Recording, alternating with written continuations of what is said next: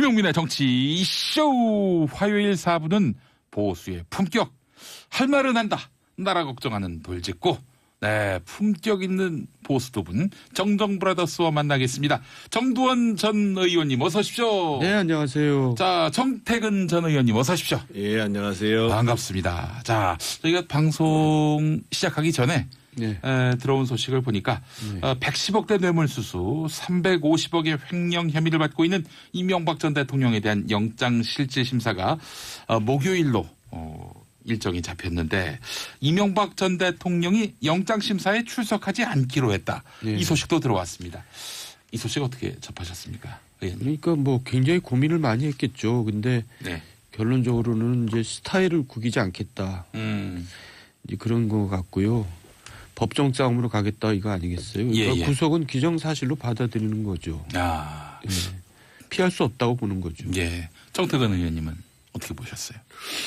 저는 이게 그 법 집행이 어떻게 되는지 모르겠는데 보통은 영장 실질심사에 출석을 하잖아요. 그렇죠. 그리고 이제 법원이 지정한 장소에서 대기를 하게 되는데 그러면 집에서 구인이 되는 장면을 연출이 될 가능성이 클 텐데 일단 뭐 출석 안 하면 구속이 되는 거고요.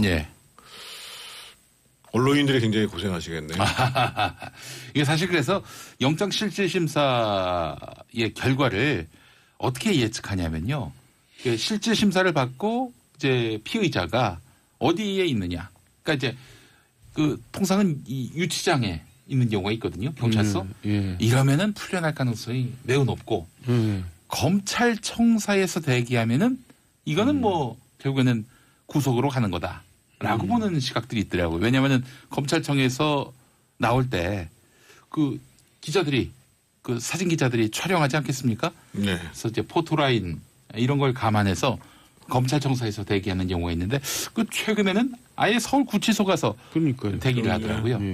그래서 예측하기 쉽지 않은 상황이 됐는데 MB는 영장실질심사에 아예 나오지 않겠다 지금 이러고 있어서 정말 언론인들이 어디 가서 이렇게 진을 치고 있어야 될지 고민이 될 것 같습니다. 자, 우리 정태근 의원님은 MB 구속 가능성 어떻게 보십니까? 추석을 안 하면 당연히 구속이 되는데요. 뭐 이 자리를 빌려서 좀 말씀드리고 싶은 거는 저 역시 참 그 어떻든 MB 정부 탄생에 있어서 이제 참여했던 사람으로서 참 국민 여러분들께 굉장히 죄송하고요. 뭐 그 당시에 이제 국민 여러분의 선택이 MB가 도덕적이라고 해서 선택한 건 아니고 어떤 경제를 살려보겠다고 하니까 이제 한 건데 다소간의 흠결이 있더라도 저도 이제 많은 반성을 해야 될 것 같고 또 정말 이제 국민 여러분께 죄송도 하고 또 참담도 하고 그리고 검찰 역시요. 검찰의 한 관계자가 만약에 뭐 2007년 BBK 의혹 등을 수사했을 때에 이 사실이 드러났다면 대통령 당선이 무효됐을 것이다. 이런 얘기를 했다고 그러는데요. 적어도 검찰이 영장 청구하기 전에 국민들께 사죄를 해야 된다는 게 저의 생각입니다. 왜냐하면 그 당시에 2007년도에 이제 그 8월 달 10월 달 그리고 그 다음 해에 특검이 있었잖아요. 근데 가장 결정적인 게 BBK 그 특검이 있기 전에 2007년 8월 달에 도곡동 땅에 대한 수사가 있었어요. 그래가지고 그때 경선 마지막 날이 8월 20일인데 8월 13일 날 발표를 했고 발표 내용이 뭐였냐면 제3자의 땅인 것 같은데 소유주는 밝히지 못했다. 제3자라면 이상은 김재정이 아닌. 애매하게 비겁하게 발표를 했죠. 만약에 저 판단으로는 아마 뭐 정돈 선배님도 마찬가지인데 그때 만약에 그 땅이 도곡동 땅이 MB 소유였다라고 하면 경선을 졌지요. 그리고 우리는 뭐 참여할 이유가 없는 거죠. 그러니까 우리는 굴뚝같이 이제 MB가 정당하다, 떳떳하다, 당당하다 생각하고 이제 항상 일을 했던 것이고 무슨 변명 같지만은 변명이죠, 솔직히. 변명이 돼버렸네요, 결과적으로. 그러니까 이제 미리 이제 사과를 드렸는데 정태근 의원도 저희도 뭐 할 말이 없죠. 그래도 이렇게 MB 정부 창출하는데 그 힘을 쏟았던 분들 중에 이렇게 사과하는 분은 처음 뵌 것 같아요. 정두원, 정태근 의원님 두 분 말고는. 글쎄요. 사실 할 말이 없는데 뭐 여기 와서 이렇게 또 고정 출연하다 보니까 얘기를 안 할 수가 없으니까 사과하는 거죠. 아니, 그런가요? 네. 너무 솔직하신 것 같아서 제가 참 아주 할 말이 없습니다. 자, 의원님, 앞서서 이제 검찰이 BBK의 진실이 만약에 대선 전에 2007년 대선 전에 드러났다면 미당선은 불가했을 것이다라는 이제 검찰의 그 이야기, 이런 이야기를 듣다 보니까 정두원 의원님이 전했던 발언 있지 않습니까?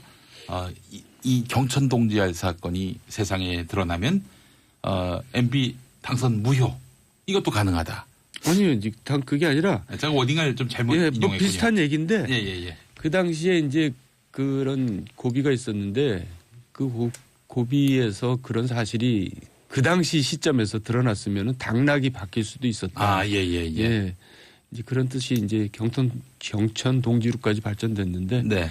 뭐 지금 생각하면 또 그게 뭐 별일 아닌 것처럼 생각될 수도 있어요. 네. 대선 때는 워낙 예민한 시기라서 네. 그러니까 이제 최순실 사건만 해도 사실 태블릿 PC 이런 게 결정적인 이제 전환점을 만들잖아요. 예. 정유라 부정 입학. 예. 이제 그러니까 사람들을 이렇게 자극시키는 그런 일들이 따로 있죠. 네. 저는 이번에 이제 뭐 이렇게 명품백 사건이 나왔는데 네. 그때 나왔으면은 당락이 바뀌었죠. 그럼 그 말씀하신 경천 동지알 사건이라고 하는 것이 예.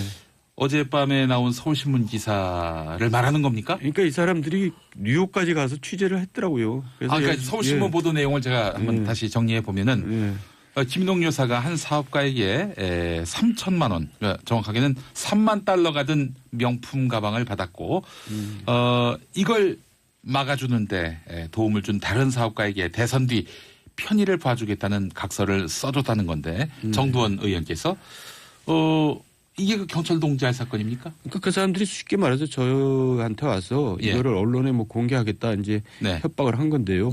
그때는 이제 다급하니까 정말 무릎 꿇고 사정을 하면서 이제 말리면서 정말 무릎 꿇고 겁니까? 그 며칠간 설득을 했죠. 이제 다 된 밥에 코 뿌리면 되냐 해가지고.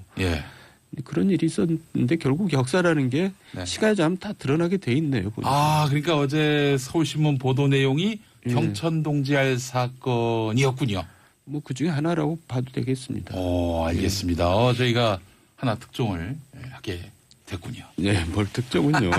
아니 세상을 들었다 놨다 하셨으면서 이 사건이 그 말씀으로. 저거거든요. 근데 어쨌든 시효는 지난 사건이에요. 그래서 검찰에서는 다루지는 않을 것 같아요. 네, 어쨌든 김윤옥 여사가 큰 실수를 했다 하는 부분이 바로 이 이야기였군요. 개념이 없었죠 그 당시는. 아니 근데 어떻게 이게 명백하게 누가 봐도 삼척동자가 봐도 이건 뭐 뇌물이라고 볼 수밖에 없는 건데 이걸 어떻게 이런 돈이 든 명품 가방을 받을 생각을 했을까? 저도 그 당시에 확인했을 거 아니에요. 근데 사실이다 그 얘기를 듣고 진짜 머리가 띵하더라고요. 김인옥 여사가 사실이라고 얘기했습니까? 이제 직접 확인하지 않고 누굴 통해서 확인을 했더니 왜냐면 이제 그건 저한테 사실을 얘기를 해야지 제가 대처를 하니까 사실이라고. 그러니까 2달 후에 돌려줬다는데 2달 후에 돌려줬다는 것은 받았다는 걸로 법적으로는 해석하거든요. 그렇죠. 보통 일주일 동안 갖고 있었어도 받은 걸로 해석하는데 그러니까 모르겠어요. 본인은 그냥 아무 생각 없이 그냥 차 속에다 넣어놨다는데 본인 얘기도 들어볼 필요는 있겠죠. 김윤옥 여사가 차 속에 넣어뒀다. 명품 가방. 3천만 원이 든 명품 가방을. 뭐 그렇게 들었어요. 그래요. 알겠습니다. 그 경천 동지알 사건이 이거였군요. 아니 그 김인옥 여사 지금 뭐 여러 가지 혐의들이 막 줄줄이 나오고 있는데 더 있을 거라고 보십니까? 뭐 세상 일은 드러나는 것보다는 가려져 있는 게 더 많게 마련이죠. 그러니까 이제 드러나는 걸로 이제 미뤄 짐작하는 건데요. 하여간 어쨌든 좀 거시기 합니다. 저희가 열심히 일했던 사람들이 그런 일이 나오니까 거기에 대해서 뭘 평한다는 게 거시기하네요. 알겠습니다. 근데 가방 안에 영어마을 사업 기획안도 있었다. 영어마을. 그 얘기는 아십니까? 저 처음 듣는 얘기인데요. 그런가요? 알겠습니다. 그 사업가는 그 기획안이 MB에게 전달될 거라고 기대하고 김윤옥 여사에게 전달했다고 하는데 그런 일은 뭐 수없이 많은 일이겠죠. 돈과 함께 명품 가방에 그 기획안까지 같이 들어가가지고 예. 그 아무래도 영어마을 사업이 이 돈을 건넨 부분에 이익과 뭐 결부되어 있는 거라고 봐야 되지 않겠습니까? 그러면 뭐 그럴 수 있겠죠. 그 당시에는 영어마을이 뭐 되는 사업인 줄 알았으니까. 그렇죠. 또 뭐 저기 뭐 아린지라고 해서 뭐 또 발음이 오렌지가 맞습니다. 아니라 아린지라고 해야 된다. 뭐 그래서 당시에 또 영어 교육에 대한 MB 정부의 큰 청사진이 제시되던 때기도 했는데 말이죠. 예. 경천 동지할 사건이 한 3가지라고 하셨는데 그 중에 하나가 지금 드러난 겁니다. 근데 오늘 얘기할 게 많은데 이제 거기는 그만하고 알겠습니다. 다음에 넘어가죠. 그것만 좀 확인해 주십시오. 맞습니까?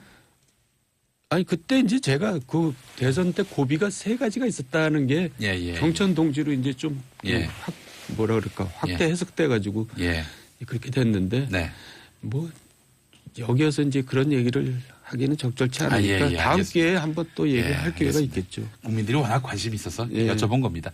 김윤경 님이 정두원 의원님 모자 멋지네요. 아티스트 스멜. 아니요. 이거는 지금 머리를 안 감았다는 얘기입니다. 그렇습니까? 그런데 우리 저 정두원 의원님이 아티스트예요. 가수협회 회원이시고.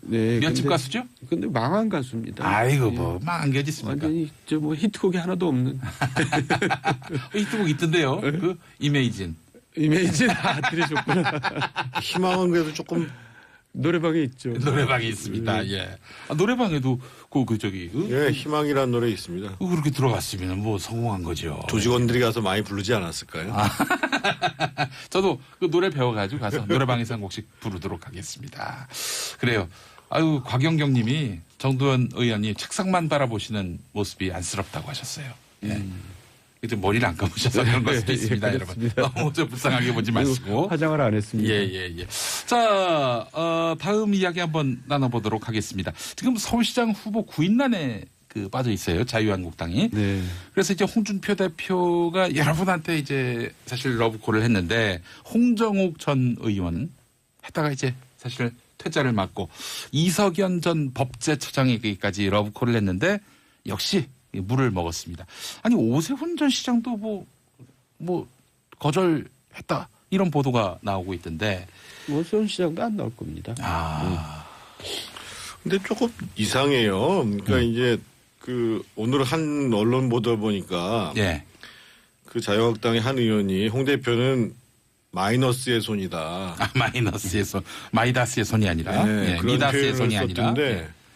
보통은 영입을 하게 되면 영입을 하고자 하는 사람하고 충분히 대화를 나누고 정말 삼고초려를 하고 더 나아가서 여러 가지 서울시장 선거만 해도 올해 같은 경우가 법정 선거 비용이 한 35억 가까이 되지 않습니까? 지난번에 38억이었고 그러면 당에서 선거를 치러주겠다. 이렇게 해도 될뚱말뚱한데 그냥 툭툭 얘기를 해버리는 거예요. 그러니까 뭐 홍정욱 전 의원도 아무 생각이 없는데 얘기하고.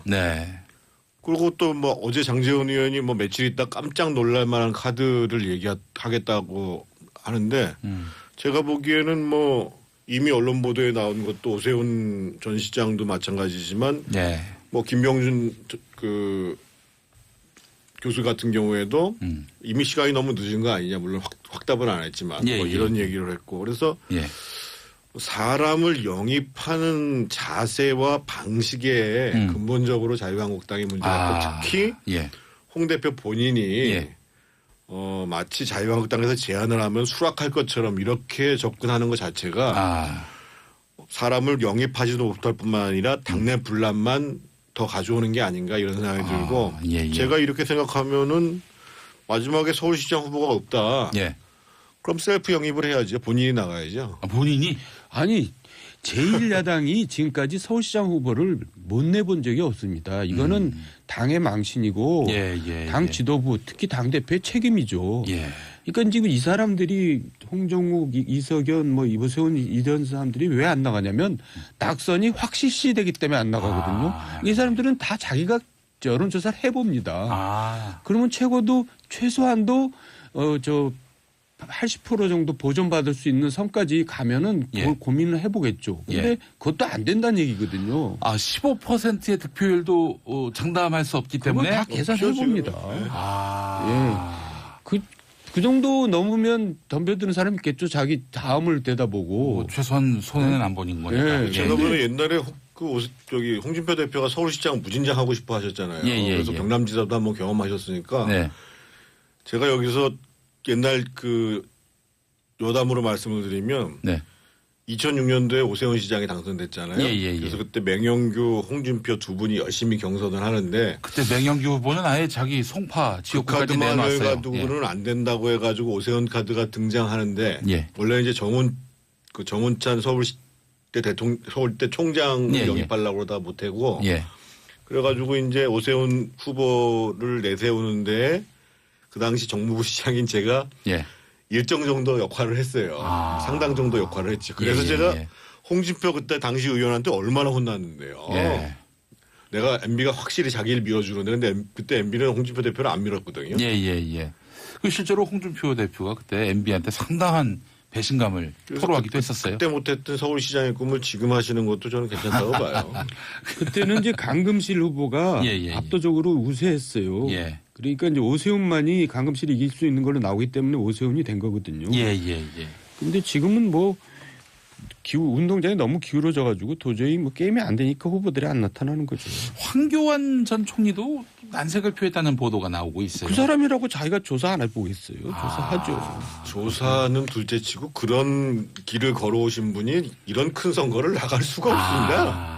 그러니까 적어도 서울시장 선거를 나간다고 각오를 할 경우에는 내가 이 선거를 통해 가지고 주변 가족도 힘들고 내가 망신도 당할 수도 있고 경제적으로 어려움을 당할 수 있지만 그 이유를 보고 간다. 라는 각오가 있어야지 이런 선거에 나가는 거거든요. 근데 본인도 그런 각오가 잘 안 될 뿐만 아니라 지금 자유한국당이 지금 후보를 못 가는 가장 큰 이유는 자유한국당의 미래가 있느냐. 잘못하다가는 이번 선거에서 바른미래당한테 득표율상으로도 뒤질 수가 있지 않겠느냐. 그게 어디서 드러나냐면 경남 지사 후보를 지금 못 확정했어요. 자유한국당이. 경남지사를 그 직전에 누가 했습니까? 홍준표 대표가 있잖아요. 그리고 경남이라는 데가 텃밭이고 자유한국당에 6명 확실히 지키겠다는 것 중에 하나거든요. 그래서 이제 작년까지만 해도 안대희 전 대법관한테 한번 출마하실 생각이 있으십니까? 그래서 안 대법관이 나는 안 나간다. 그래서 홍준표 대표가 자기 밑에서 그 정부부 지사였던 윤한홍 의원한테 나가는 게 어떻겠느냐. 마산 회원으로. 그랬더니만은 윤한홍 의원이 저보다 더 훌륭한 분이 나가셔야 됩니다. 무슨 얘기냐면 빠치 떨기 싫다는 거죠. 자기 안 나간다. 자기 지금 경남 텃밭에서도 지금 지사를 못 구해가지고 다른 데다 지금 전략국전으로 다 찍었잖아요. 그 옆에 뭐 서병수도 찍고 어제 같은 경우에는 경기지사 남경필 뭐 강원지사 후보 정창수 이렇게 해서 다 했잖아요. 이런 상황이에요 지금. 그러니까 자유한국당은 지금 대표가 당의 그 발전을 가로막고 있는 형국이거든요. 그러니까 이제 정부 여당 입장에서는 엑스맨이 되고 있는데 영국의 보수당이 같은 경우는 이런 상황에 처했을 때 어떤 식으로 돌파를 하냐면 이제 중진들이 다 물러나고 아주 젊은 그냥 30대 말 40대 초 젊은 지도자를 내세웁니다. 한번 너 해봐라. 그래가지고 국민들이 시선을 확 끌어가지고 변신을 꾀하죠. 근데 이 엑스맨이 계속 대표를 하고 있으니 뭔 일이 되겠어요. 근데 어떻게 뭐 지방선거가 상당히 그 자유한국당에게는 불리하게 돌아가는 형국인데 실제 결과도 뭐 참패로 드러날 경우 홍준표 대표는 물러날까요? 본인은 물러날 생각이 없다는 뜻을. 그분의 평소에 하는 걸로 봐서는 끝끝내 또 버틸 것 같은데. 버티면은 어떻게 되는 겁니까? 그러니까 원래는 6곳을 못 지키면은 물러나겠다라고 얘기했다가 그럴 생각이 없는 것처럼 얘기를 하시고 난 다음에 대구에다가 당협위원장을 맡으셨잖아요. 대표님께서. 그런 얘기는 어떻든 자신의 지위를 최대한 오래 유지를 하겠다라는 의지를 표명한 건데 조금 전에 우리 뭐 정도원 선배님도 말씀하셨습니다만 결국은 나라 전체를 위해서도 건강한 보수가 존재를 해야 되거든요. 그래야지 지금 그 문재인 정부도 그렇고 국회 내에서도 그 이 상승적 발전을 할 텐데 견제를 할 수가 있죠. 지금 봐서는 자유한국당이 그런 희망이 안 보이거든요. 그러면 제가 보기에 한국적 정치 풍토에서 위에 있는 분들이 알아서 물러나기를 바라는 거는 그거는 도저히 불가능한 얘기고 자유한국당 내에서 예. 혁신을 하겠다. 네. 그리고 혁신을 못하면 이전에 예를 들면 한나라당에서 한번 제2창당 얘기가 나온 적이 있었잖아요. 그래서 이제 새누리당이 되고 이랬잖아요. 네. 그런 노력을 하지 않는다면 저 당은 장기적으로는 그냥 점점 소멸돼가는 형태로 가고 그러면서 이 보수 건강한 우파 정당이 탄생하는 데 걸림돌이 될 가능성이 굉장히 커져가고 있다고 봐야죠. 자유한국당이 뭐 말씀하신 대로 좀 지리멸렬해가는 그런 상황이라면은 그렇다면은 보수의 희망을 바른미래당에다가 걸 가능성도 있을까요? 유권자들이 어떻습니까? 거기는 뭐 지금 거의 한 자리 숫자인데요. 뭐 거기 더 기대를 할 수가 없고요. 더 기대를 할 수가 없다. 거기도 예를 들면 하려면은요. 예를 들면 안철수 대표가 무슨 어느 조건을 지금 따지는지 모르겠는데 과감하게 내가 서울시장 나가겠다 얘기를 하고 유승민 대표는 저거 갑자기 또 뭐 미국을 가셨다는데 원래 미국은 사실은 야당 외교 안 받아주거든요. 유승민 대표가 대구시장 나가야죠. 그래서 우리가 총력을 다해서 이번에 자유한국당을 대신할 수 있는 정도의 득표율을 보여주자. 그러니까 기본적으로 민주당에 대해서는 질 수 있지만 지금 중도와 중도 우파까지를 겨냥해 가지고 대한정당이 되겠다고 얘기를 하면 자유한국당보다 더 많은 득표를 얻어야 되잖아요. 그리고 이번에는 모든 선거에서 예를 들면 뭐 광역 기초의원 선거할 때 비례대표 선거를 같이 하도록 돼 있잖아요. 그러면 그 득표를 놓고 보면 아 우리가 현실적으로 지금은 지지율이 낮지만 자유한국당보다 더 지지율을 받고 있다. 기대를 받고 있다라는 걸 보여주기 위해서 총력을 다해야죠. 그래서 저는 인위적인 연대하는 걸 별로 바람직하지 않다고 생각하거든요. 유권자가 문재인 정부에 대한 견제의 생각이 있는 유권자들 같은 경우는 야권의 후보 중에서 누가 상대적으로 낫다고 하는데 표를 몰아주는 경우는 의미가 있는데 저는 어떻든 큰 틀에서 보면 자유한국당도 바른미래당도 경쟁 상대라고 봐야 된다는 거예요. 김용민의 정치 쇼 화요일 4부는 보수의 품격 할 말은 한다. 나라 걱정하는 돌직구 품격 있는 보수 두 분 정정브라더스와 만나겠습니다. 정두원 전 의원님 어서 오십시오. 네 안녕하세요. 자 정태근 전 의원님 어서 오십시오. 예 안녕하세요. 반갑습니다. 자 저희가 방송 시작하기 전에 들어온 소식을 보니까 110억대 뇌물수수 350억의 횡령 혐의를 받고 있는 이명박 전 대통령에 대한 영장실질심사가 목요일로 일정이 잡혔는데 이명박 전 대통령이 영장심사에 출석하지 않기로 했다. 이 소식도 들어왔습니다. 이 소식 어떻게 접하셨습니까? 의원님? 그러니까 뭐 굉장히 고민을 많이 했겠죠. 근데 결론적으로는 이제 스타일을 구기지 않겠다. 이제 그런 거 같고요. 법정 싸움으로 가겠다 이거 아니겠어요? 그러니까 구속은 기정사실로 받아들이는 거죠. 피할 수 없다고 보는 거죠. 정태근 의원님은 어떻게 보셨어요? 저는 이게 그 법 집행이 어떻게 되는지 모르겠는데 보통은 영장 실질심사에 출석을 하잖아요. 그렇죠. 그리고 이제 법원이 지정한 장소에서 대기를 하게 되는데 그러면 집에서 구인이 되는 장면을 연출이 될 가능성이 클 텐데 일단 뭐 출석 안 하면 구속이 되는 거고요. 언론인들이 굉장히 고생하시겠네요. 이게 사실 그래서 영장지만은 변명이죠, 솔직히. 변명이 돼버렸네요, 결과적으로. 그러니까 이제 미리 이제 사과를 드렸는데 정태근 의원도 저희도 뭐 할 말이 없죠. 그래도 이렇게 MB 정부 창출하는데 그 힘을 쏟았던 분들 중에 이렇게 사과하는 분은 처음 뵌 것 같아요. 정두원, 정태근 의원님 두 분 말고는. 글쎄요. 사실 할 말이 없는데. 뭐 여기 와서 이렇게 또 고정 출연하다 보니까 얘기를 안 할 수가 없으니까 사과하는 거죠. 그런가요? 너무 솔직하신 것 같아서 제가 참 아주 할 말이 없습니다. 자, 의원님, 앞서서 이제 검찰이 BBK의 진실이 만약에 대선 전에 2007년 대선 전에 드러났다면 미당선은 불가했을 것이다라는 이제 검찰의 그 이야기, 이런 이야기를 듣다 보니까 정두원 의원님이 전했던 발언 있지 않습니까? 이 경천동지알 사건이 세상에 드러나면 MB 당선 무효, 이것도 가능하다. 아니요, 단 그게 아니라 제가 워딩을 좀 잘못 뭐 인용했군요. 비슷한 얘기인데 예. 그 당시에 이제 그런 고비가 있었는데 그 고비에서 그런 사실이 그 당시 시점에서 드러났으면 당락이 바뀔 수도 있었다. 예. 이제 그런 뜻이 이제 경천 동지루까지 발전됐는데 네. 뭐 지금 생각 저도 이제 많은 반성을 해야 될 것 같고 또 정말 이제 국민 여러분께 죄송도 하고 또 참담도 하고 그리고 검찰 역시요. 검찰의 한 관계자가 만약에 뭐 2007년 BBK 의혹 등을 수사했을 때에 이 사실이 드러났다면 대통령 당선이 무효됐을 것이다. 이런 얘기를 했다고 그러는데요.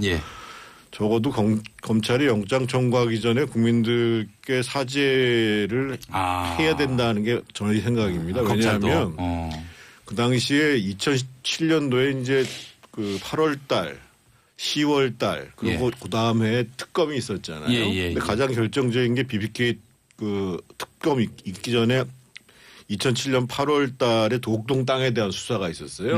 그래가지고 그때 경선 마지막 날이 8월 20일인데 8월 13일 날 발표를 했고 발표 내용이 뭐였냐면 제3자의 땅인 것 같은데 소유주는 밝히지 못했다. 제3자라면 이상은 김재정이 아닌. 애매하게 비겁하게 발표를 했죠. 만약에 저 판단으로는 아마 뭐 정돈 선배님도 마찬가지인데 그때 만약에 그 땅이 도곡동 땅이 MB 소유였다라고 하면 경선을 졌지요. 그리고 우리는 뭐 참여할 이유가 없는 거죠. 그러니까 우리는 굴뚝같이 이제 MB가 정당하다, 떳떳하다, 당당하다 생각하고 이제 항상 일을 했던 것이고 무슨 변명같이 하면 또 그게 뭐 별일 아닌 것처럼 생각될 수도 있어요.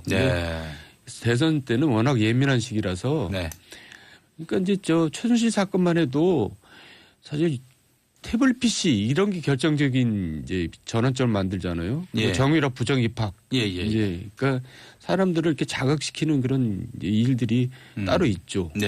저는 이번에 이제 뭐 이렇게 명품백 사건이 나왔는데 그때 나왔으면은 당락이 바뀌었죠. 그럼 그 말씀하신 경천 동지알 사건이라고 하는 것이 어젯밤에 나온 서울신문 기사를 말하는 겁니까? 그러니까 이 사람들이 뉴욕까지 가서 취재를 했더라고요. 그래서 그러니까 서울신문 보도 내용을 제가 한번 다시 정리해 보면은 김동 여사가 한 사업가에게 3천만 원, 정확하게는 3만 달러가 든 명품 가방을 받았고 이걸 막아주는데 도움을 준 다른 사업가에게 대선 뒤 편의를 봐주겠다는 각서를 써줬다는 건데 정두원 의원께서 이게 그 경찰 동지알 사건입니까? 그러니까 그 사람들이 쉽게 말해서 저한테 와서 이거를 언론에 뭐 공개하겠다 이제 협박을 한 건데요. 그때는 이제 다급하니까 정말 무릎 꿇고 사정을 하면서 이제 말리면서 정말 무릎 꿇고 겁니까? 그 며칠간 설득을 했죠. 이제 다 된 밥에 코 뿌리면 되냐 해가지고. 그런 일이 있었는데 결국 역사라는 게 시간이 지나면 다 드러나게 돼 있네요. 실질 심사의 결과를 어떻게 예측하냐면요. 실질 심사를 받고 이제 피의자가 어디에 있느냐. 그러니까 이제 그 통상은 이 유치장에 있는 경우가 있거든요. 경찰서. 이러면은 풀려날 가능성이 매우 높고 검찰청사에서 대기하면은 이거는 뭐 결국에는 구속으로 가는 거다라고 보는 시각들이 있더라고요. 왜냐하면은 검찰청에서 나올 때 그 기자들이 그 사진 기자들이 촬영하지 않겠습니까? 그래서 이제 포토라인 이런 걸 감안해서 검찰청사에서 대기하는 경우가 있는데 그 최근에는 아예 서울 구치소 가서 대기를 하더라고요. 그래서 예측하기 쉽지 않은 상황이 됐는데 MB는 영장 실질 심사에 아예 나오지 않겠다 지금 이러고 있어서 정말 언론인들이 어디 가서 이렇게 진을 치고 있어야 될지 고민이 될 것 같습니다. 자, 우리 정태근 의원님은 MB 구속 가능성 어떻게 보십니까? 추석을 안 하면 당연히 구속이 되는데요. 뭐 이 자리를 빌려서 좀 말씀드리고 싶은 거는 저 역시 참 그 어떻든 MB 정부 탄생에 있어서 이제 참여했던 사람으로서 참 국민 여러분들께 굉장히 죄송하고요. 뭐 그 당시에 이제 국민 여러분의 선택이 MB가 도덕적이라고 해서 선택한 건 아니고 어떤 경제를 살려보겠다고 하니까 이제 한 건데 다소간의 흠결이 있더라도